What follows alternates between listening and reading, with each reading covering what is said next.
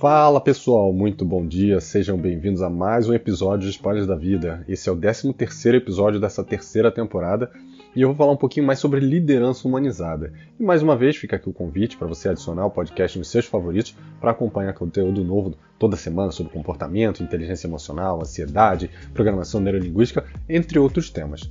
E se você já acompanha o podcast, deve ter visto em alguns episódios anteriores eu falando sobre diversos estilos de liderança, né? Liderança autocrática, democrática, servidora, entre outras. E hoje eu vou falar mais um pouquinho sobre um estilo de liderança que vem se tornando cada vez mais comum nas empresas, a liderança humanizada. E para você chegar lá, né, eu vou contar uma história de como que nós evoluímos no modelo de trabalho para chegar na necessidade de lideranças cada vez mais próximas das pessoas, cada vez mais humanizadas. Ao longo dos anos, as empresas vieram cada vez mais voltando sua atenção para pessoas. Primeiramente, com aquele olhar de prover ferramentas, prover um ambiente com as necessidades para a realização do trabalho, focadas na produtividade, na eficiência, na ergonomia. E nesse momento, se gerou uma busca pela entrega, que fazia com que as pessoas cada vez mais tivessem aquela disputa por cargos, por salários melhores, com metas e meritocracia, que eu digo aqui até um pouco discutível, né? E os líderes eles eram muito mais voltados a direcionar, a coordenar, a apontar nas direções que deveriam ser seguidas, com metas e diretrizes agressivas. E isso mudou muito o perfil de trabalho. Tivemos aqui uma divisão entre aqueles que adoravam trabalhar assim, né, os verdadeiros workaholics, né, que cresceram de forma rápida na empresa, focados em converter os seus ganhos em qualidade de vida através de viagens, de bens, de bônus, que recompensavam o seu esforço. E por outro lado, a gente também teve aqueles que não se adaptaram, que se desmotivaram, que não se encaixaram em algumas empresas e que acabaram sendo descartados nesse caminho por não ter aquele tal fit cultural da empresa, né? Mas as coisas continuaram mudando. Esse modelo de trabalho, apesar dele ser desafiador, ao longo dos anos ele veio se mostrando insustentável, porque além de gerar uma disputa muito grande entre as pessoas por posições e por crescimento, esse modelo vinha drenando a energia e fazendo com que os profissionais acabassem desistindo em busca de ter mais qualidade de vida, de formar uma família e de ser mais felizes. E aí essa é a palavra da sequência seguinte, né? A felicidade. Como é que a gente pode fazer com que as pessoas sejam mais felizes no trabalho dela? E as pessoas já tinham bons salários, elas eram reconhecidas, elas tinham as ferramentas para realizar o trabalho delas. Por que então que elas não eram felizes, né? Existem aí diversos fatores, mas nesse momento o que foi identificado foi que as pessoas sentiam que seus ambientes de trabalho, onde elas passavam a maior parte do seu dia, eles eram frios, eles eram sem identidade, eles eram sem conexão com as pessoas que estavam ali, sem conexão com os seus valores.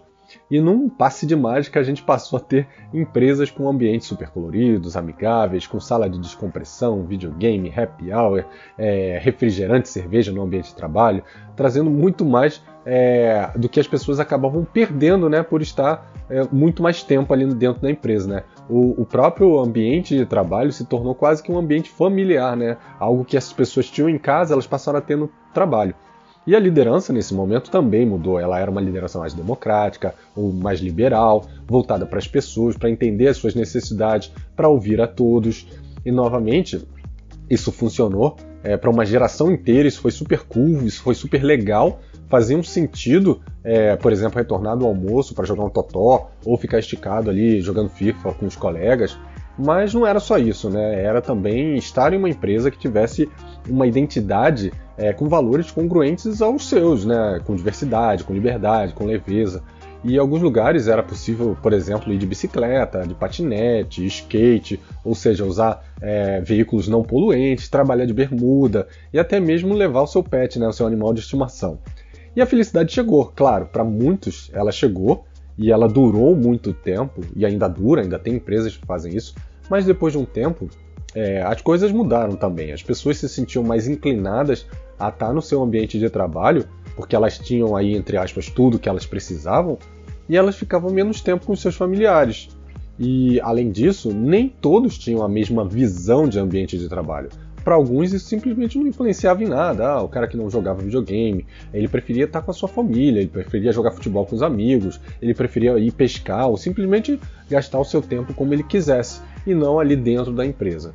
E com o passar dos anos, aí surgiu uma questão mais importante, né, que é a experiência, a jornada das pessoas, e no caso dos colaboradores, isso tinha um nome, né, o acrônimo é EX, que vem do inglês, né, experiência do colaborador, ou Employee Experience, e essa frente, voltada a entender a jornada pela qual o colaborador passa, desde o momento lá do recrutamento até a sua saída, mostrou diversos fatores que não estavam sendo considerados durante o seu ciclo de vida na empresa.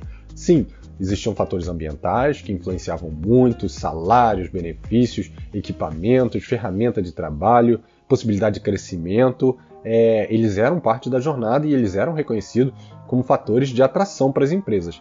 Mas um fator muito relevante, ele surgiu e, de certa forma, ele já era percebido, né? A gente já vinha vendo mudanças nesse sentido, que foi a liderança. E com isso descobriu que algo que mudaria o estilo das empresas, né? O estilo de liderança das empresas. Na maioria das vezes, e aí nas entrevistas demissionais, as pessoas falavam que elas não tinham nada contra a empresa, mas sim contra seus líderes, que eram às vezes abusivos, que eram às vezes antipáticos, indiferentes, frios, corrosivos e até mesmo controladores. E aí surgiu um desafio muito maior do que os anteriores, porque esse não era uma questão simples de se trabalhar, era uma questão de mudança de cultura, de mudar pessoas, e principalmente a cultura e o ego dos líderes, né? E nesse momento o papel da área de pessoas de cada empresa se tornou fundamental para apoiar no desenvolvimento desses líderes. Mas não era uma coisa simples, né? Imagina a dificuldade que esses líderes tiveram, primeiro em aceitar que eles eram um problema e aceitar que eles precisavam mudar, e ainda terem que enfrentar toda a desconfiança e a falta de credibilidade da mudança junto aos seus times. Então imagina aquele líder que era visto como um líder autocrático e de um momento para o outro ele tinha que começar a trabalhar, ouvir as pessoas, praticar a escutativa, estar próximo, dar feedback. Realmente não foi fácil, mas muitos conseguiram.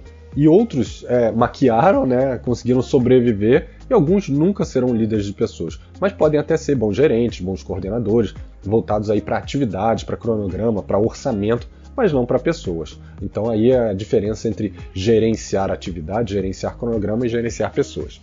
E assim surgiram alguns modelos de liderança mais próximos de pessoas, liderança situacional, servidora, e o mais recente, que tem sido o de maior fit com essa necessidade do momento, né, de se aproximar das pessoas, que é a liderança humanizada. Mas afinal, o que tem de tão especial, né, nessa liderança humanizada? Em uma definição assim bem simplista, a liderança humanizada ela se refere à prática na qual os líderes eles passam a olhar para suas equipes com empatia, com solidariedade, se aproximando, praticando a escutativa. Sim, existe ainda a questão da produtividade, da eficiência dos times, continua sendo importante, não está deixando de ser importante porque o outro passou a ter. Mas, no entanto, a qualidade de vida, o bem-estar desses profissionais, ele passa a se tornar prioridade. E para que isso possa acontecer, existem alguns pilares que sustentam essa liderança humanizada, né? São 4 principais pilares. A comunicação eficiente entre os líderes e liderados, e aí essa comunicação ela tem que ser transparente, ela tem que ser clara, ela tem que ser objetiva, ela tem que ser sem julgamento, então é algo que leva um tempo para você fomentar, inclusive para as pessoas se sentirem confortáveis para se comunicar também. O segundo pilar é o foco nas necessidades dos colaboradores, então é mudar aquele viés de eu preciso entregar para o que eu posso fazer para que você esteja feliz, para que você esteja satisfeito, para que você esteja motivado e que você consiga entregar. Isso é o foco de uma liderança humanizada. Integração de times, que é fazer com que a visão ela seja muito mais colaborativa do que individual, ou seja, a força do time é muito maior do que a força somada dos indivíduos. E por último, o alinhamento dos processos com o perfil dos profissionais. Não adianta você ter pessoas maravilhosas fazendo coisas que ou elas não querem ou elas não sabem fazer da forma como deveriam. Parece simples, né? Mas não é.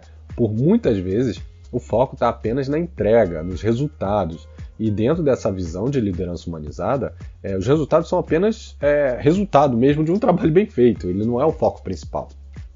E dentro desse contexto são características fundamentais de um líder que pratica liderança humanizada tem empatia, se colocar no lugar do outro, escutar atentamente, então é aquela escuta ativa, de atenção plena, possuir uma comunicação assertiva, ser claro, ser transparente, aprender a lidar com cada pessoa individualmente. A gente não pode equalizar o time, a gente não pode dizer que o tratamento que eu dou para um é igual para todos. A gente tem que tratar cada um da forma como este deveria ser tratado, como este gostaria de ser tratado. Reconhecer o valor individual e o valor do time e dos bons desempenhos. Liderar pelo exemplo, é o walk the talk, né? Não adianta você falar que o time deveria fazer uma coisa se você faz algo diferente, se você não inspira aquelas pessoas.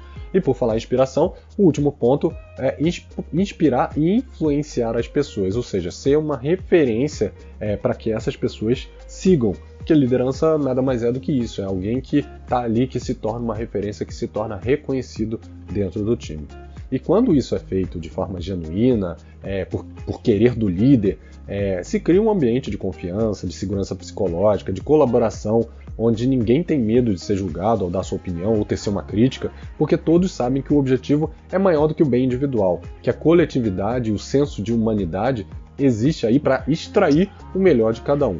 E com isso, o líder, ele acaba, com essas práticas, né, ele acaba se tornando capaz de estimular, engajar, empoderar cada vez mais o time, direcionar e incentivar o desenvolvimento pessoal, achando aí um equilíbrio emocional entre o trabalho e a vida pessoal, despertar aquele sentimento de pertencimento, de coletividade, que é algo que o ser humano precisa, criar um ambiente de trabalho agradável, colaborativo, produtivo, onde as pessoas se sintam felizes de estar ali, promover o equilíbrio entre a vida pessoal e profissional, que é o que eu falei, às vezes a gente sobrecarrega um lado para poder compensar o outro, e isso daí, uma hora, vai ter o seu custo, né? E proporcionar maior satisfação e felicidade, que obviamente acaba sendo uma consequência de tudo que ele vem fazendo. E isso, obviamente, não é algo pontual, isso é uma cultura de integração, de feedback contínuo, de colaboração e comunicação efetiva, de integração e de empatia, que deve ser criada e principalmente mantida por todos, né?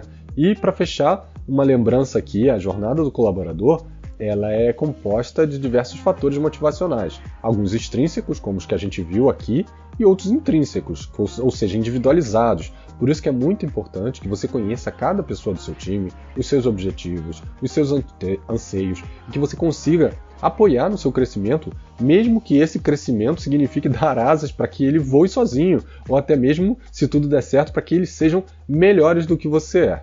E com isso eu termino o episódio de hoje. Eu espero que vocês tenham gostado. A gente tá aqui, se você gostou, curte, compartilha, passa esse conteúdo para alguém que precisa ouvir, e a gente se vê semana que vem. Um abraço e até lá, pessoal. Tchau, tchau.